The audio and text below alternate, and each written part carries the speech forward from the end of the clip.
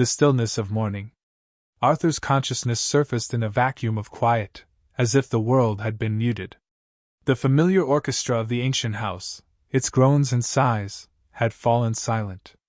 Even the ceaseless cries of the gulls were absent from the dawn chorus. He stirred, his hand seeking Clara's warmth, only to find a frigid emptiness. Sunlight, filtered through the aged lace, painted the room in muted grays. Usually, Clara was already up, a soft murmur accompanying her preparations for their morning tea. The fragrant steam of Earl Grey, laced with milk, should have been a welcoming presence. Instead, a heavy, stifling stillness reigned. "Clara?" he croaked, his voice raspy with sleep. Again, he reached out, his fingertips brushing against skin that felt like chilled porcelain. He pushed himself upright, the bed springs offering a rusty complaint. "Love, are you all right?" He placed a hand on her shoulder, giving it a gentle nudge. Her head lolled, unresponsive. Her eyes remained shut, her complexion ashen. A worry line deepened on Arthur's forehead. "Clara!" His tone sharpened, edged with burgeoning fear. He shook her more insistently. "Wake up now, you're frightening me." A cold fist began to clench around his heart. He lurched from the bed, his bare feet meeting the cold, unforgiving wood. The chill permeated him, a physical manifestation of the dread consuming him. He groped for the bedside lamp, his fingers numb and clumsy. The sudden illumination threw grotesque, dancing shadows across the floral wallpaper. Clara remained immobile, her breathing shallow, almost non-existent. He bent close, his ear hovering near her mouth, desperate for any sign of life. A mere wisp of air grazed his skin. She lived, but only by the slenderest thread. "Clara, please!" he begged, his voice fracturing. He enfolded her hand in his own, his skin rough and weathered against her delicate coolness. He massaged it gently, trying to ignite some flicker of warmth. "Wake up, my darling! Please don't do this!" The old house seemed to constrict around him, its silence amplifying his growing panic. He had spent over half a century within these walls, built a life brick by brick. Now, it felt like a mausoleum, isolating him in his anguish. Each settling of the floorboards, each whisper of wind against the glass, sounded like a dirge. He recalled their early days, brimming with youthful ambition. The house resonated with laughter, with the clamor of children, with Clara's melodious voice soaring through hymns. Now, mirth was a faded echo, his offspring flown from the nest, and Clara's voice a phantom. He recoiled, his hand flying to cover his mouth. He had to act. He couldn't simply stand paralyzed, watching her fade away. But what could he do? A helplessness washed over him, a feeling he hadn't known since childhood, when he'd been lost and adrift in the dense woods. He considered phoning Dr. Pritchard, but the physician was miles away, and time was leaking away like water through his fingers. Help was needed, and swiftly. His gaze snagged on the small, time-worn Bible resting on her nightstand. She immersed herself in it each morning, her lips moving silently as she sought sanctuary and direction. He had never embraced her unwavering devotion, but now, in his desperation, he reached for it. He lifted it, his fingers tracing the aged leather. He felt adrift, unsure of what to do, what to utter. He was not a man of prayer. Yet he must try. For Clara's sake. He knelt by the bed, his joints protesting with a chorus of creaks. He opened the book, his eyes frantically seeking some semblance of solace. But the words blurred, meaningless and chaotic. "Please," he rasped, his voice thick with dread and sorrow. "Please, somebody assist her. She's a kind soul. She doesn't merit this." He shut his eyes, his head bowed, his hand clasped tightly around Clara's. He couldn't identify who he was beseeching, or even if he was heard. Yet he had to take action. He had to wage a battle for her life. The silence was shattered only by the ragged rhythm of his breathing and the faint, almost imperceptible whisper of Clara's waning breaths. The weight of the house, the weight of his terror, bore down on him, threatening to crush him completely. He felt utterly desolate, lost upon a sea of despair. A desperate call. His fingers, slick with a nervous sheen, grappled with the phone. Each press of a digit felt imprecise, a frustrating dance of missteps as his breath hitched in his throat. At long last, the 911 call connected. The sterile, drawn-out ringing seemed a direct assault, an echoing throb amplifying the panic in his skull. 911, what's the nature of your emergency? The operator's tone, even and measured, was an alien landscape compared to the storm raging within him. My wife. Clara, something's wrong. She isn't breathing properly. The words escaped him, a tangled spill of dread and desperate hope. Sir, please try to remain calm. Can you provide your address? He spat out the address, the familiar sequence feeling utterly detached from reality. 122 Willow Creek Lane. All right, sir. Is she conscious? No. I don't know. It's barely there. Her breathing, it's so shallow. He could feel the cold sweat plastering his shirt to his spine. The oppressive silence of the house amplified his terror, broken only by his ragged gasps and the detached voice echoing from the phone. Sir, can you check for a pulse? He lurched toward Clara, his movements shaky and imprecise. He pressed 2 fingers to her wrist, the frantic hammering of his own heart a deafening roar in his ears. He pushed harder, thumbs sinking into her pale skin. I think so. Weak. Very weak. Paramedics are en route, sir. Does she have any known medical conditions? Arthur's mind thrashed, a frantic scramble through years of accumulated medical history. Her heart, a weak heart. She takes medication. I don't. I can't recall the names. Sir, locate the medication, please, and have it ready for the first responders. He yearned to remain at Clara's side, to clasp her hand, to will life back into her. But the operator's instructions were a lifeline he couldn't ignore. Yes, of course. He bolted to the bathroom, his legs leaden and unresponsive. He wrenched open the mirrored cabinet, his gaze darting across the crowded shelves. A pharmacy of miniature anxieties, each bottle a potential answer. He swept them into his arms, the plastic containers clattering in his trembling grip. Returning to Clara, he knelt beside her, his focus riveted on her ashen features. Her chest rose and fell only imperceptibly. A surge of raw panic threatened to overwhelm him. Sir, are you still on the line? The voice, insistent, pulled him back from the precipice of despair. Yes. I'm here. They are on their way, sir. ETA is short. Stay with her, keep her comfortable as you can. He no longer understood comfortable. He gently brushed a wisp of hair from her brow, his hand shaking uncontrollably. He croaked her name, his voice shredded with anguish. Clara! Clara, please don't go! Then, a sound sliced through the suffocating quiet, a distant, rising lament. Sirens. Jarring and invasive, yet a beacon of hope. They were coming. Rescue was imminent. He pushed himself to his feet, his knees threatening to buckle, and peered through the rain-streaked window. The rotating lights of the ambulance painted the slick asphalt in stark slashes of red and blue. He watched as it lurched to a stop before his house, its arrival shattering the stillness of Willow Creek Lane. Figures in dark, anonymous uniforms spilled out, their movements honed and efficient. He wrestled with the door, unlocking it with clumsy haste, and flung it open. Up here! He rasped, his voice breaking. She's upstairs! The paramedics surged past him, their expressions a mask of grim focus. He retreated, yielding the way, a bewildering mix of dread and relief washing through him. They were here. Finally. Maybe it wasn't too late. Grim realities. Strobing crimson and azure invaded the living room as the emergency lights pulsed relentlessly. Arthur, still on his knees by Clara, raised a hand, a meager shield against the light assaulting her closed eyelids. 2 paramedics, one with intricate braids, the other possessing gentle eyes, navigated the scene with practiced dispatch, their movements a study in controlled urgency. Sir, we need access, said the woman, Miller stitched onto her uniform, her tone decisive but compassionate. Could you give us some room?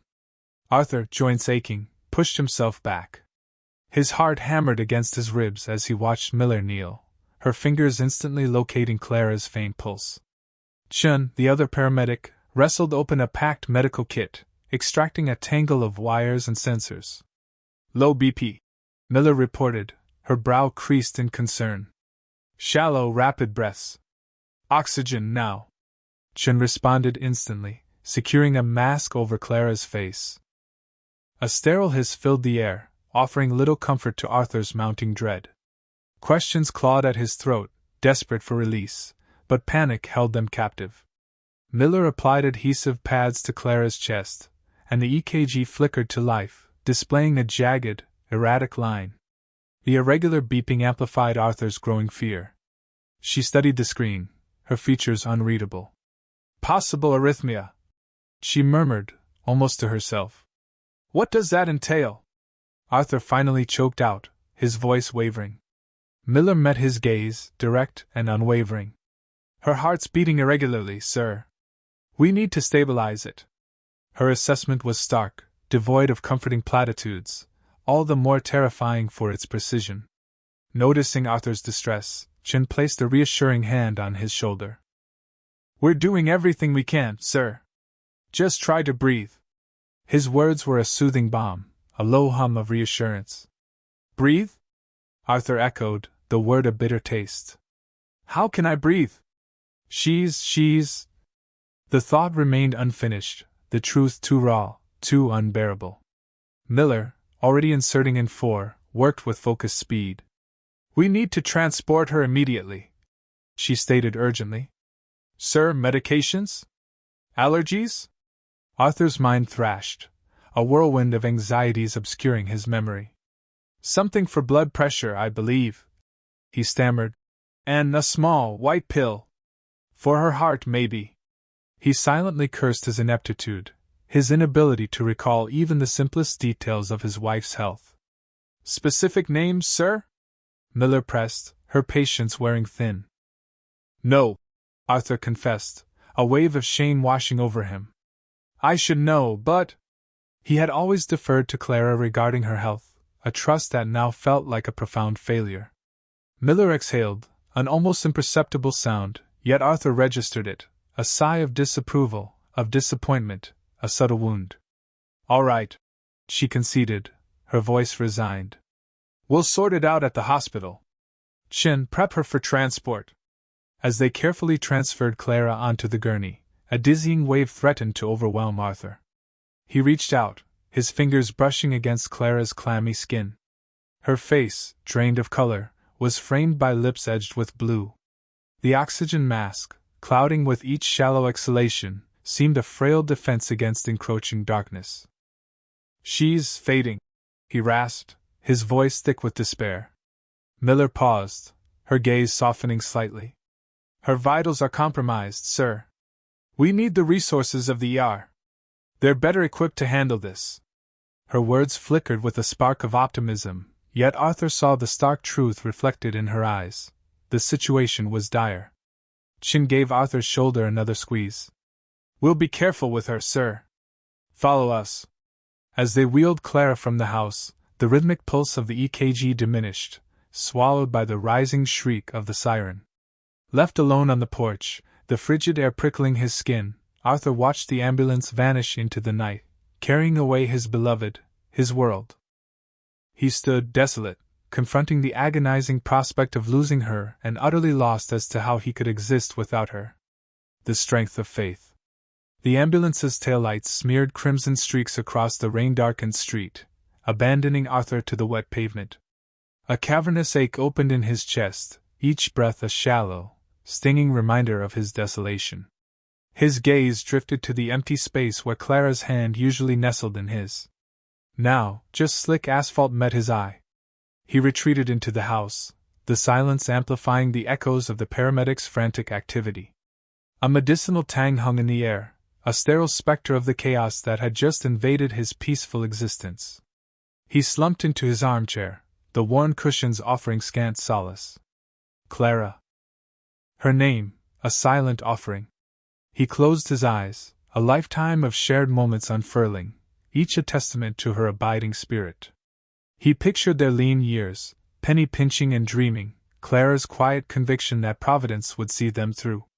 He recalled her tireless hours at the church, hands perpetually busy with needle or dough, her heart overflowing with goodwill. Through every trial, every celebration, her faith shone like an unquenchable flame. He winced, remembering the near collapse of their bakery.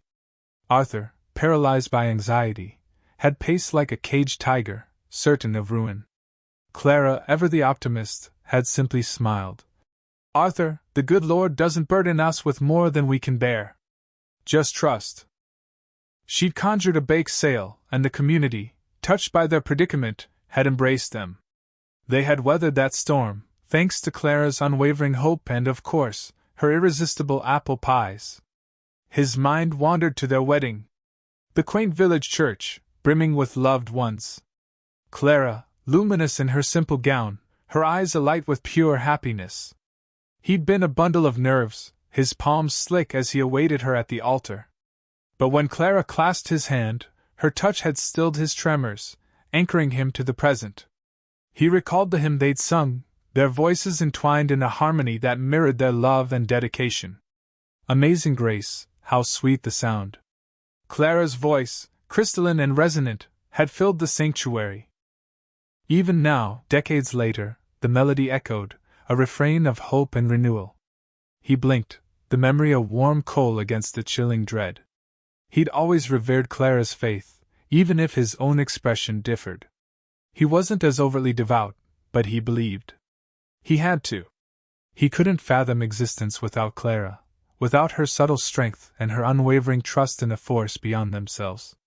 He rose, his joints groaning in familiar protest. He needed action, anything to break free from this paralysis of fear. He pictured the paramedics, their faces etched with concern. He bolted outside, ignoring the deluge, and flagged down a police cruiser creeping along the street. "Officer!" he croaked, his voice raspy. "My wife. She's been rushed to the hospital. Could you possibly take me?" The officer, a young woman with compassionate eyes, nodded. "Of course, sir. Hop in." As they rode, Arthur couldn't dispel the feeling of utter helplessness. He clenched his fists, his knuckles bone-white. Then, a spark ignited in his mind, a desperate entreaty born of love and devotion. "Officer," he said, his voice trembling almost imperceptibly. "Before the hospital. Is there any way? Could I make a phone call?" The officer glanced at him in the rearview mirror. "Certainly, sir. Who do you need to reach?" It's my pastor," Arthur stammered, the words tumbling out in a rush. "Pastor John. He's a good man, a man of faith. Clara. She always said prayer could move mountains. I know it seems foolish, but I just need him to pray for her." He swallowed hard, his throat constricted with emotion. "Please, officer. It would mean everything to me." The officer paused, considering, then nodded again. "We can detour to the precinct. You can use the phone there." At the precinct, Arthur's fingers fumbled as he dialed Pastor John's number. He waited, heart pounding, each ring a jarring blow against his fraying hope. Finally, Pastor John's familiar voice broke through. "Arthur? Is something amiss?" Arthur inhaled deeply, attempting to regain composure. "Pastor John, it's Clara. She's gravely ill. They've taken her to the hospital. I don't know what's going to happen." His voice broke, and he struggled to continue. "Pastor, she needs your prayers. We both do. A pastor's promise." The phone felt alien in Arthur's trembling hand. Each number on the rotary dial seemed miles apart, requiring a monumental effort to turn. His breath hitched with every click, the sound echoing in the sterile, harshly lit corridor of the police station. He hadn't called John Abernathy in months, not since he couldn't remember when. He wasn't a church every Sunday kind of man. Clara was, though. Clara always made sure they were there for Christmas and Easter, and John always had a kind word, a gentle smile. Finally, the ringing. Each shrill pulse sent a jolt through Arthur's frayed nerves. He imagined John at home, perhaps reading, maybe enjoying a quiet evening with his wife, Martha. He was intruding, imposing. But Clara. Hello? John's voice, warm and familiar, crackled through the receiver. Arthur swallowed hard, the lump in his throat feeling like a stone. John, it's Arthur. Arthur Penhaligon. A pause. Arthur? My goodness, Arthur, is everything all right? Concern laced John's voice. He knew Arthur rarely called. The carefully constructed dam inside Arthur broke. The words tumbled out, a jumbled mess of fear and desperation. It's Clara, John. She collapsed. They took her to the hospital. I don't know what's happening. They won't tell me anything. His voice hitched, cracking on the last word. He hated sounding so weak, so helpless. He could hear John's sharp intake of breath. Oh, Arthur, I'm so sorry. Which hospital? St. Jude's. They just rushed her in. I don't know what to do, John. Clara she always had such faith. She'd want you here. Arthur squeezed his eyes shut, ashamed of the tremor in his voice. He wasn't a praying man, not really. But Clara believed. And right now, that's all that mattered. I understand, Arthur. I'll be there as soon as I can. Don't worry, I'll come straight to your house. Do you want me to meet you at the hospital? Arthur shook his head, though John couldn't see him. No. She'd want you at the house. To pray. To keep the home fires burning, I suppose? The old expression felt clumsy, inadequate, but it was the best he could manage. Of course, Arthur. I'll be there within the hour. Just try to stay strong. I'll bring Martha. We'll be there for you both. Thank you, John. Thank you? The words were a choked whisper. Don't mention it, Arthur. That's what we're here for. I'll see you soon. The line went dead, leaving Arthur staring at the receiver, the dial toner relentless, unwavering drone. John hung up the phone, his heart a heavy weight in his chest. He knew Arthur. A good man, a quiet man. A man who kept his emotions bottled up tighter than a ship in dry dock. If Arthur was calling, it had to be serious. He found Martha in the kitchen, humming softly as she kneaded dough. The aroma of yeast and warm flour filled the air, a comforting scent that suddenly felt jarringly out of place. Martha, I have to go out. She looked up, her brow furrowing with concern. Everything all right, John? You look pale. It's Arthur Penhaligon. Clara's been taken to the hospital. He sounded distraught. I need to go to their house, offer some comfort, say some prayers. Martha's hands stilled on the dough. Oh, that poor woman. She's such a lovely soul. Of course, you must go. I'll come with you. John smiled, a flicker of warmth in his troubled eyes. I was hoping you'd say that. Your presence will be a comfort to Arthur, too. He hurried to the study, grabbing his worn leather-bound Bible from the shelf. He flipped through the pages, his fingers tracing familiar verses, seeking solace and strength. He paused at Psalm 23, the words resonating with a renewed power. The Lord is my shepherd, I shall not want. He closed his eyes for a moment, offering a silent prayer for Clara, for Arthur, for strength to face whatever lay ahead. Martha joined him, slipping her hand into his. Ready, John? He nodded, taking a deep breath.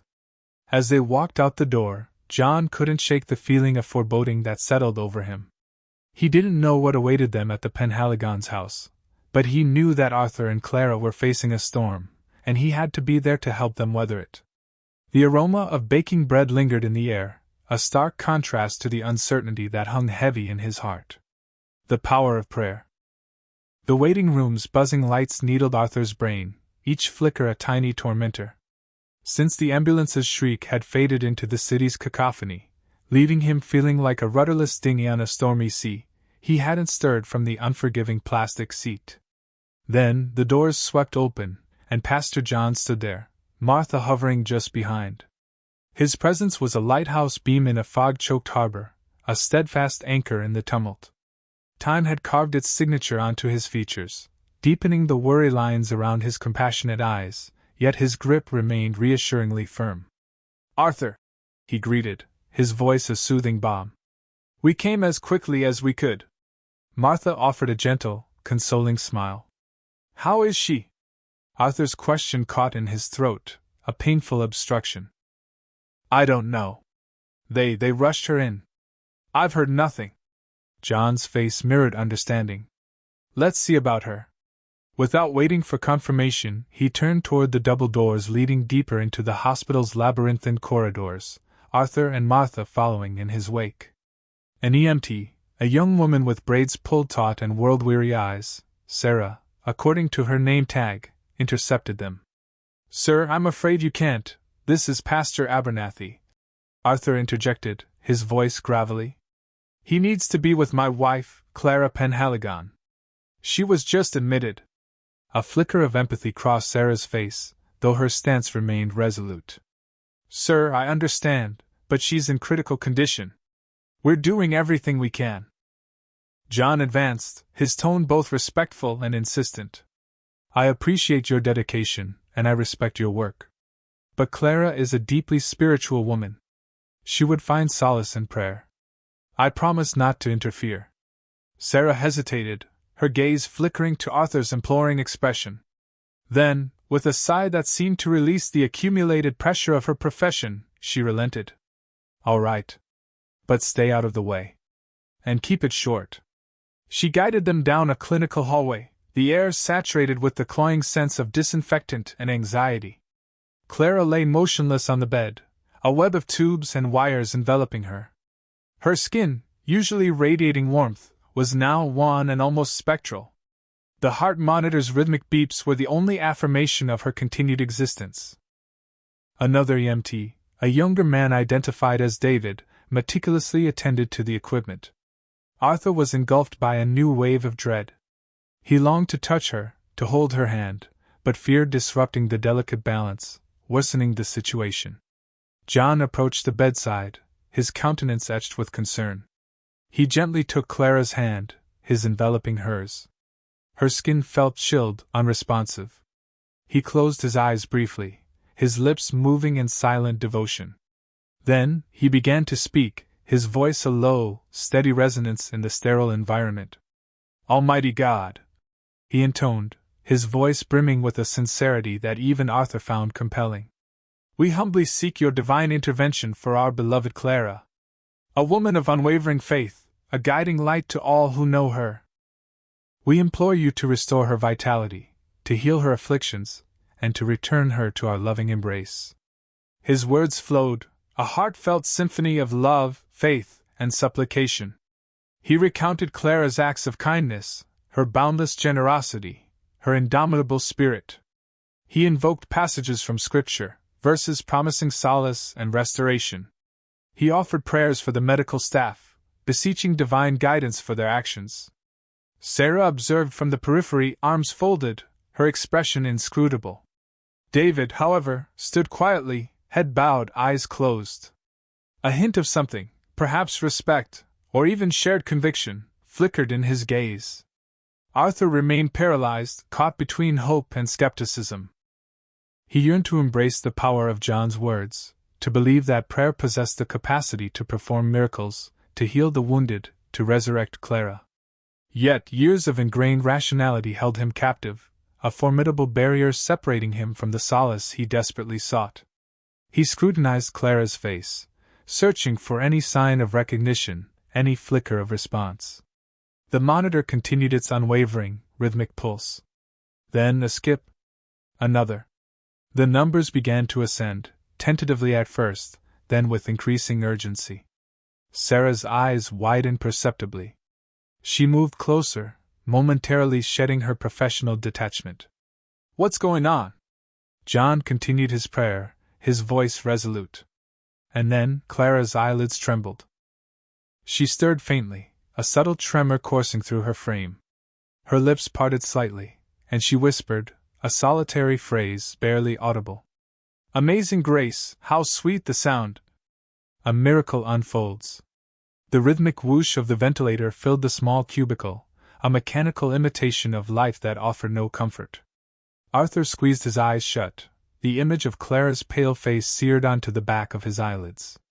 He couldn't bear to look at the monitor again, the unwavering flat line mocking his hope. Each beep was a hammer blow to his soul, each blip another nail in the coffin of his dreams. He risked a glance. Still nothing. The EMT, Sarah, stood back near the door, her arms crossed, her face unreadable. David, the other EMT, rested a hand gently on Arthur's shoulder. A silent gesture of support, of understanding. Pastor John's voice, a steady, unwavering current, filled the void. We ask for your healing hand upon Clara. Restore her strength, Lord, and grant her peace. We trust in your infinite mercy and grace. Arthur wanted to believe. He desperately wanted to believe. But decades of logic, of reason, of seeing the world in shades of gray, held him captive. Yet here he was, clinging to a prayer like a drowning man to a splintered plank. Suddenly, a frantic beeping pierced the air. Not the slow, mournful beep of a failing heart, but a rapid, insistent pulse. Arthur's head snapped up. The green line on the monitor wasn't flat anymore. It flickered, stuttered, then began to climb, a jagged mountain range rising from the desolate plain. Sarah pushed forward, her professional mask momentarily cracking. What the? Her fingers flew to the controls, checking connections, adjusting settings. Her heart rate is increasing, David announced, his voice hushed with awe. Blood pressure is coming up. Arthur stared, his mind struggling to process what he was seeing. The color was returning to Clara's face, the ghostly pallor receding, replaced by a faint flush. Her chest rose and fell with slightly more vigor. Pastor John's voice remained calm, his prayer unwavering. We thank you for your blessings, Lord. We thank you for the gift of life, and the power of your love. Sarah continued to monitor Clara's vitals, her initial skepticism giving way to a bewildered fascination. She glanced at David, her eyes wide. David simply nodded, a serene smile gracing his lips. Arthur moved closer to the bed, his hand trembling as he reached for Clara's. Her skin was still cool, but not as cold as it had been. He felt a faint flutter, a subtle pressure against his palm. Clara? He whispered, his voice thick with emotion. Can you hear me, darling? Her eyelids fluttered. Slowly, painstakingly, they opened. Her eyes, still clouded with pain and confusion, searched the room, finally settling on Arthur's face. A weak smile touched her lips. Arthur! She breathed, her voice barely audible above the hum of the machines. Tears streamed down Arthur's face, a mixture of relief, disbelief, and overwhelming gratitude. He squeezed her hand gently. I'm here, my love. I'm right here. He looked at Pastor John, who offered a gentle smile, a silent acknowledgement of the miracle unfolding before them. Then he looked back at Clara, her eyes still locked on his. Sarah stepped back, giving them space. The scientific explanation eluded her. She couldn't reconcile the data with the reality. But she couldn't deny what she was witnessing. David placed a reassuring hand on Sarah's arm.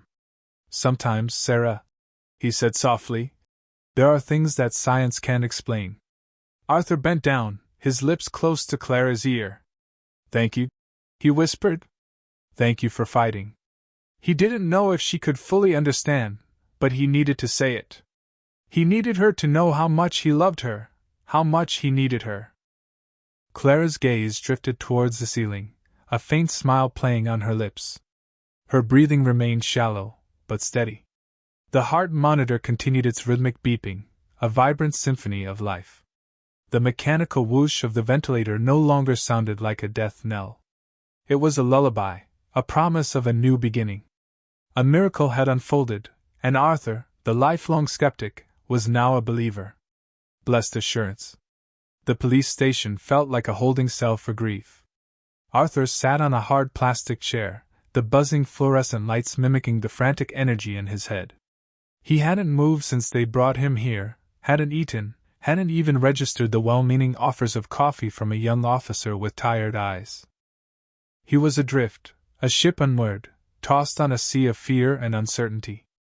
Every creak of the door, every ring of the telephone, sent a jolt of adrenaline through him, a desperate plea for news, any news, about Clara. He replayed the scene in the house over and over, a broken record of horror. Her stillness, the EMT's grim faces, the hollow echo of his own cries. Pastor John sat beside him, a quiet anchor in the storm. He hadn't spoken much, understanding that words were useless against the tsunami of Arthur's emotions. Instead, he offered a steady presence, a hand occasionally resting on Arthur's trembling arm. Finally, after what felt like an eternity, the young officer approached, his face etched with a hesitant sympathy. "Mr. Penhaligon? They have an update for you at the hospital. Detective Miller is waiting to escort you." Arthur lurched to his feet, his legs stiff and unresponsive. He stumbled, and Pastor John steadied him. The drive to the hospital was a blur. Sirens wailed in the distance, a constant reminder of the fragility of life, the nearness of death. The hospital corridor smelled of antiseptic and fear. Detective Miller, a woman with a weary but kind face, led him to a small waiting room near the ICU. "The doctor will be here shortly, Mr. Penhaligon. Please have a seat." He couldn't sit. He paced, a caged animal, the silence amplifying the hammering of his heart. Pastor John remained seated, his head bowed in silent prayer. Arthur envied his composure, the quiet strength he seemed to draw from some unseen well. The doctor arrived, a young man with bloodshot eyes and a tired smile. "Mr. Penhaligon? I'm Dr. Ramirez. Your wife, she's stable. Still critical, but stable." Arthur felt a sliver of hope pierce through the darkness. "Stable? What happened?" They said. Dr. Ramirez hesitated. "It's remarkable, Mr. Penhaligon. Her vital signs were, well, they were almost non-existent. Then, during the prayer, her heart rate began to climb. We ran every test imaginable. There's no medical explanation for it. She's breathing on her own now, but she's still unconscious. We're monitoring her closely." "Can I see her?" Arthur asked, his voice barely a whisper. Dr. Ramirez nodded. "Of course. But be prepared. She's still very weak." He followed the doctor into the ICU, the rhythmic beeping of machines a constant, unsettling symphony.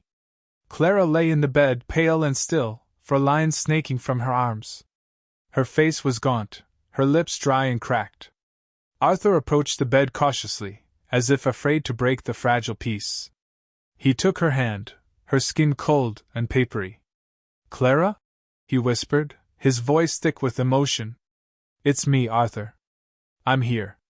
For a long moment there was no response. Then, her eyelids fluttered. Slowly, painstakingly, her eyes opened. They were unfocused at first, then gradually sharpened, recognizing him.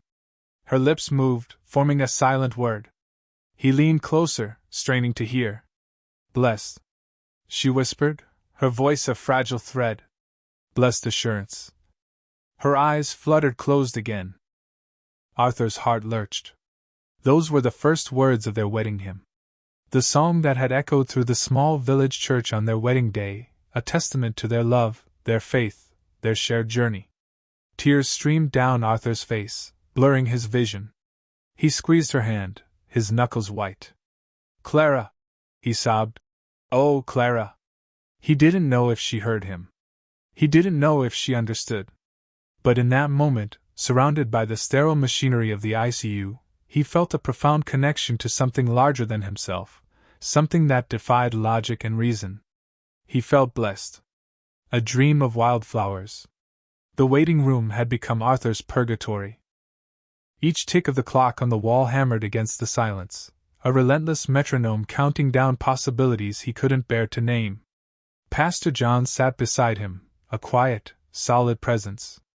Arthur appreciated his stillness, the way he didn't try to fill the void with empty platitudes. Instead, he simply existed, a beacon of calm in Arthur's storm.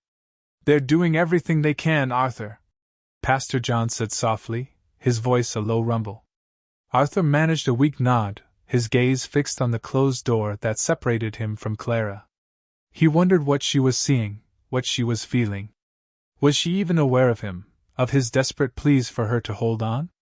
Hours crawled by before a doctor finally emerged, his face etched with a weariness that mirrored Arthur's own. But there was something else there, too, a flicker of disbelief? "Mr. Penhaligon," the doctor began, his voice cautious. "Your wife, she's stable. Her condition has improved significantly." Relief washed over Arthur in a dizzying wave. He felt his knees weaken, and Pastor John steadied him. "Can I see her?" he asked, his voice hoarse. The doctor hesitated. "She's still weak, but yes. Just be prepared. It's been a difficult night." He found Clara propped up slightly in bed, her face pale but her eyes open. They were unfocused at first, but then they cleared, and she smiled, a weak, tremulous smile that sent another wave of relief crashing through Arthur. "Arthur!" she whispered, her voice barely audible. He rushed to her side, gently taking her hand. It felt fragile, papery thin, but the warmth was there. "I'm here, my love. I'm here. I had a dream," she said, her eyes fluttering closed for a moment before she opened them again. "It was so vivid." He leaned closer, his heart pounding. "Tell me." She took a shaky breath. We were dancing. In a field of wildflowers. The sun was shining, and the air smelled like honey and rain. We were dancing to." She paused, a furrow appearing on her brow. "To our wedding hymn." Arthur's breath caught in his throat. He remembered that day so clearly. The bright June sunshine, Clara radiant in her white dress, the strains of "Be Thou My Vision" filling the small church. The wildflowers were everywhere. Clara continued, her voice growing stronger, though still raspy. "Purple and yellow and red. They brushed against my skin as we twirled. It felt peaceful. Like coming home." Just then, EMT Sarah Miller entered the room to check Clara's vitals, followed by David Chin. They both stopped short, their eyes widening as they took in the scene. Arthur had barely registered their presence, his focus entirely on Clara. Sarah, ever the pragmatist, quickly recovered. She busied herself with the monitors, her movements precise and efficient, but Arthur noticed a flicker of something akin to awe in her eyes. David, usually so quiet, spoke first. "Mrs. Penhaligon, how are you feeling?" Clara smiled weakly at him. "Better. Much better. I had such a lovely dream." She looked back at Arthur, her eyes shining.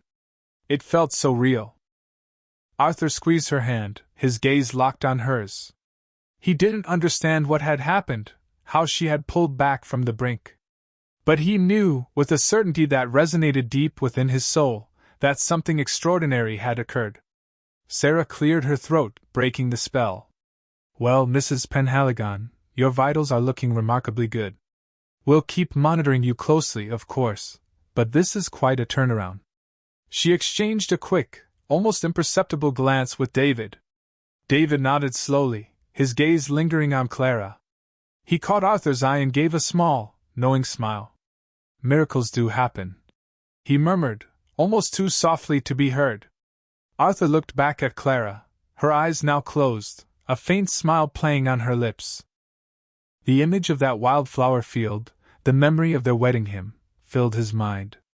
He didn't need scientific explanations or logical justifications. He had witnessed something beyond comprehension, something that had shaken the foundations of his skepticism and replaced it with a profound sense of gratitude. He knew, with absolute certainty, that Clara was not just alive, but that she had been given a second chance.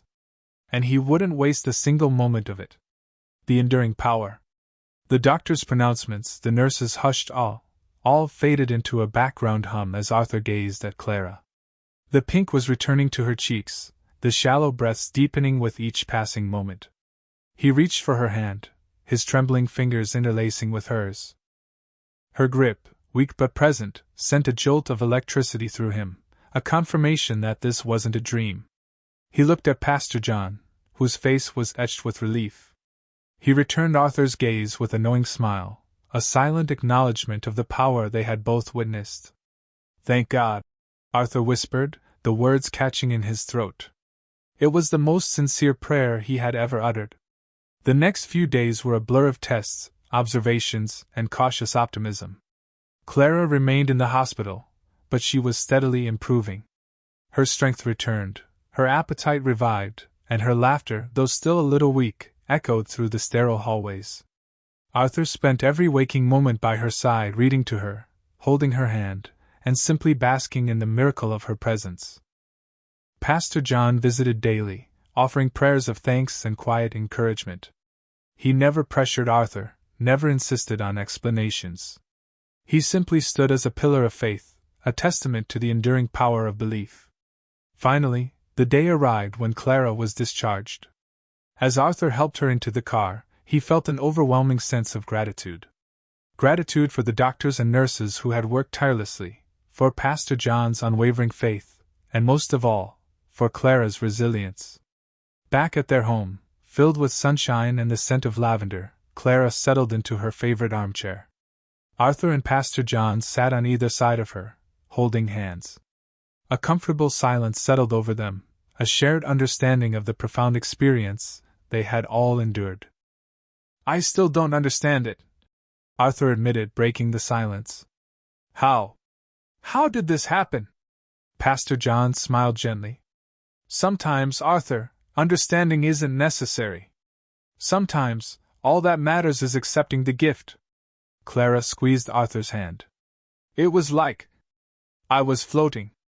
And then I heard our song. It pulled me back." Weeks turned into months. Clara's recovery continued, defying all expectations. Her laughter once again filled the house, her energy returned, and her spirit soared. Arthur, watching her tend to her garden, felt a peace he had never known before. He found himself attending church with Clara, not out of obligation, but out of a genuine desire to connect with something larger than himself. One afternoon, a familiar figure appeared on their doorstep. Maggie O'Connell, clutching a bouquet of wildflowers, her eyes brimming with curiosity and concern. "Clara Penhaligon, you minx!" she exclaimed, bustling into the house. "You had us all worried sick. I heard you were practically knocking on death's door, and now look at you, blooming like a rose." Clara laughed, embracing Maggie warmly. "I'm feeling wonderful, Maggie. Better than I have in years."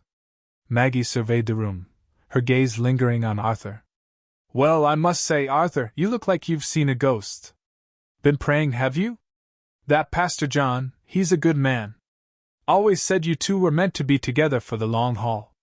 Arthur chuckled, shaking his head. "You know everything, Maggie." "Of course I do. It's my civic duty," she declared, placing the flowers on the table. "But seriously, Clara, what happened? The whole town's buzzing with rumors.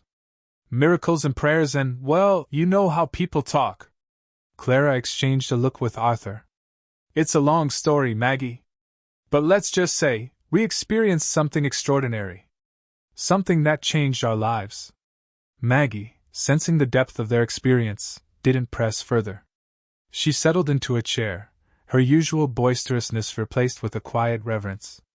They spent the afternoon reminiscing, sharing stories, and simply enjoying each other's company. As Maggie left, she turned to Arthur, a rare seriousness in her eyes. "You take care of her, Arthur. She's a treasure." Arthur nodded, his heart swelling with emotion. "I will, Maggie. I will." Standing at the doorway, watching Maggie disappear down the street, Arthur felt a profound sense of gratitude. Gratitude for the love he shared with Clara, for the support of their community, and for the enduring power of faith that had brought them through the darkest of times. The wildflowers in the vase seemed to glow, radiating warmth and light, a reminder of the miracle that had blossomed in their lives.